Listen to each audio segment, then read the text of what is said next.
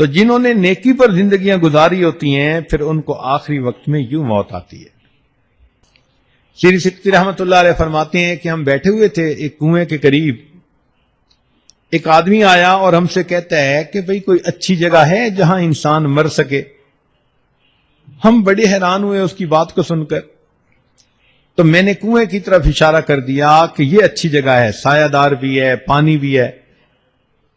کہنے لگے ہمارے سامنے وہ بندہ وہاں گیا، اس نے جا کر وضو کیا، نماز پڑھی اور نماز پڑھ کے لیٹ گیا۔ کافی دیر کے بعد ہم اٹھے نماز پڑھنے کے لیے، تو ہم نے کہا چلو بھئی اس کو بھی جگاؤ، یہ جماعت میں شریک ہو جائے۔ کہنے لگے جب اس کو جگانے لگے تو دیکھا کہ وہ تو اپنے رب کو پیارا ہو چکا تھا۔ تو جنہوں نے نیکی پر زندگیاں گزاری ہوتی ہیں پھر ان کو آخری وقت میں یوں موت آتی ہے۔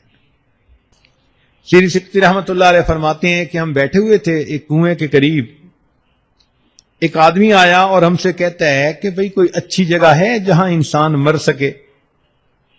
ہم بڑے حیران ہوئے اس کی بات کو سن کر، تو میں نے کنویں کی طرف اشارہ کر دیا کہ یہ اچھی جگہ ہے، سایہ دار بھی ہے، پانی بھی ہے۔